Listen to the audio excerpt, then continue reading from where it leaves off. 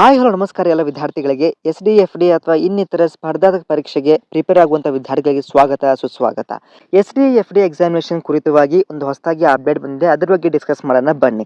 ನೋಡಿ ವಿದ್ಯಾರ್ಥಿಗಳೇ, ಏನಾಗುತ್ತಪ್ಪ ಅಂತಂದ್ರೆ ನಿಮಗೆ ಅಪ್ಲಿಕೇಶನ್ ಡೇಟ್ ಬರೋದು May end or June first ವೀಕಲ್ಲಿ ಬರ್ಬೋದು. ಓಕೆ, ಆಮೇಲೆ ನಿಮಗೆ ಎಕ್ಸಾಮಿನೇಷನ್ಗೆ ಬರಬೇಕಂತಪ್ಪ ಅಂದರೆ ಆಫ್ಟರ್ ದ ಅಪ್ಲಿಕೇಶನ್ ನೀವೇನು ಅಪ್ಲಿಕೇಶನ್ ಹಾಕ್ತಿರಲ್ಲ, ಆಮೇಲೆ ಒಂದು 2-3 ತಿಂಗಳು ಟೈಮ್ ಆಗುತ್ತೆ. ಯಾಕಂದರೆ ಗೌರ್ಮೆಂಟ್ ಎಕ್ಸಾಮಿನೇಷನ್ ಕೆಲವೊಂದು ಡೇಟ್ ಪೋಸ್ಟ್ಪೋನ್ ಆಗೋ ಚಾನ್ಸಸ್ ಇರುತ್ತೆ.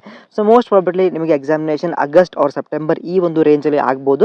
ಆಮೇಲೆ ಎಕ್ಸಾಮಿನೇಷನ್ ಬಂದರೆ ಮತ್ತೆ ರಿಸಲ್ಟ್ ಬರಲಿಕ್ಕೆ ಇನ್ನೂ ಸ್ವಲ್ಪ ಟೈಮ್ ಹಿಡಿಯುತ್ತೆ. ಓಕೆ, ಸೊ ಆಮೇಲೆ ವಿದ್ಯಾರ್ಥಿಗಳೇ ನಿಮಗೆ ಜಾಬ್ಗೆ ಕರೀತಾರೆ. ಓಕೆ, ಸೊ ಅಲ್ಲಿವರೆಗೆ ನೀವು ಪ್ರಿಪರೇಷನ್ ಆಗ್ತಾನೆ ಇರಿ, ಬಟ್ ಅಷ್ಟೊಂದು ಫೋಕಸ್ಡ್ ಆಗಿ ಏನು ಓದ್ಲಿಕ್ಕೆ ಹೋಗಬೇಡಿ, ಕ್ಯಾಶುವಲ್ ಆಗಿ ಓದಿ ಎಲ್ಲ ಎಕ್ಸಾಮಿನೇಷನ್ ಥರ ಹಾಗೆ.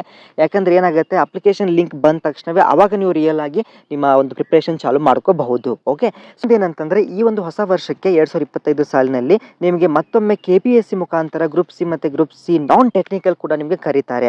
ಅದಲ್ಲದೆ KPSC ಗೆಜೆಟ್ ಆಫೀಸರ್ ಅಂತ ಬೇರೆ ಬೇರೆ ಹುದ್ದೆಗಳು ಸಾಕಷ್ಟು ಗೌರ್ಮೆಂಟ್ ಮುಖಾಂತರ ಕರೀತಾ ಇರ್ತಾರೆ. ಸೊ ಅದಕ್ಕೆ ನೀವು ರೆಡಿ ಇವಾಗಲೇ ಮಾಡ್ಕೊಳ್ಳಿ. ಓಕೆ, ಆಮೇಲೆ ಅದೇ ರೀತಿಯಾಗಿ ಇನ್ನೊಂದು ಯಾವುದಂದ್ರೆ ಜಾಬ್ ನೋಟಿಫಿಕೇಶನ್ ಬಂದ್ಬಿಟ್ಟು ನೀವು ಆಸ್ ಯೂಶುವಲ್ ಇವಾಗ ರೀಸೆಂಟ್ಲಿ ನಿಮ್ಗೆ ಗೊತ್ತಿರ್ಬೋದು, PC ಕಾನ್ಸ್ಟೇಬಲ್ ಅಂದರೆ ಪೊಲೀಸ್ ಕಾನ್ಸ್ಟೇಬಲ್ ಹುದ್ದೆಗೆ ಯಾರ್ಯಾರು ಸೆಕೆಂಡ್ PUC ಮಾಡಿರ್ತೀರ ನೀವು ಟ್ರೈ ಮಾಡಿ, ನಿಮಗೆ ಈಸಿ ಇರುತ್ತೆ, ನೀವು ಆರಾಮ್ಸೆ ನೀವು ಕ್ರ್ಯಾಕ್ ಮಾಡ್ಬೋದು if you have a good physical fitness. Okay, ಅದೇ ರೀತಿಯಾಗಿ PSI ಕೂಡ ಟ್ರೈ ಮಾಡೋರು ಅದು ಕೂಡ ಓದಿ.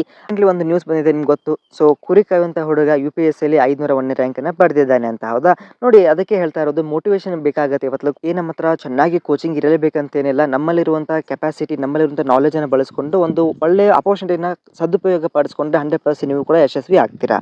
ಸೊ ಏನಪ್ಪ ಅಂದ್ರೆ ಒಂದು ಹೊಸದಾಗಿ ಜಾಬ್ ನೋಟಿಫಿಕೇಶನ್ ಇದೆ, ಅದ್ರ ಬಗ್ಗೆ ಡಿಸ್ಕಸ್ ಮಾಡೋಣ ಬನ್ನಿ.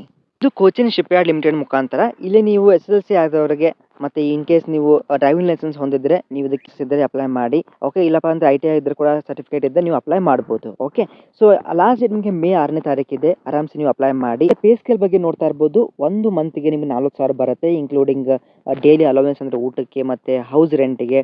ಓಕೆ, ಮತ್ತು ವರ್ಕಿಂಗ್ ಡ್ರೆಸ್ ಮೇಂಟೆನೆನ್ಸ್ಗೆ 500. ಈ ಥರ ನಿಮಗೆ ಒಳ್ಳೆ ಪೇ ಸ್ಕೇಲ್ ಇದೆ, ಒಂದು ಒಳ್ಳೆ ನಿಮಗೆ ಜಾಬ್ ಸಿಗೋ ಚಾನ್ಸಸ್ ಹೈ ಇದೆ. ಓಕೆ, ಟ್ರೈ ಮಾಡಿ, ಒಂದು ಒಳ್ಳೆ ಹುದ್ದೆ ಇದೆ. ಆಮೇಲೆ ಏಜ್ ಲಿಮಿಟ್ ಬಂದುಬಿಟ್ಟು ನಾಟ್ ಎಕ್ಸೀಡಿಂಗ್ 50 years ಅಂತ ಕೊಟ್ಟಿದ್ದಾರೆ. ಓಕೆ, ಮತ್ತು ಪೋಸ್ಟ್ ಸ್ಟಾಫ್ ಕಾರ್ ಡ್ರೈವರಿಗೆ ಕೂಡ 45 ವರ್ಷ ಎಕ್ಸೀಡ್ ಆಗಬಾರ್ದು ಅಂತ ಕೊಟ್ಟಿದ್ದಾರೆ. ಒಂದು ಸಣ್ಣ ಎಕ್ಸಾಮಿನೇಷನ್ ಇರುತ್ತೆ, ಎಕ್ಸಾಮಿನೇಷನ್ ನೀವು ಟೆಸ್ಟನ್ನು ಕಂಪ್ಲೀಟ್ ಮಾಡಿದ್ರೆ you can get this job. Selection process ಬಂದ್ಬಿಟ್ಟು ಕೋಚಿನ್ ಶಿಪ್ಯಾರ್ಡ್ ಲಿಮಿಟೆಡ್ ಕೋಚಿಯಲ್ಲೇ ಕೂಡ ನಡೆಯುತ್ತೆ. ಇಲ್ಲಿ ಕೂಡ ಪ್ರಾಕ್ಟಿಕಲ್ ಟೆಸ್ಟ್ ಕೂಡ ಇರುತ್ತೆ. ಸೊ ನಿಮಗೆ ಅಕ್ಯುರೇಟ್ ಆಗಿ ಫುಲ್ ಶ್ರದ್ಧೆಯಿಂದ ಮಾಡಿದ್ರೆ 100% ಚಾನ್ಸ್ ಇರುತ್ತೆ, ನಿಮಗೆ ಸಿಗೋ ಚಾನ್ಸ್ ಇದೆ. ಟ್ರೈ ಮಾಡಿ.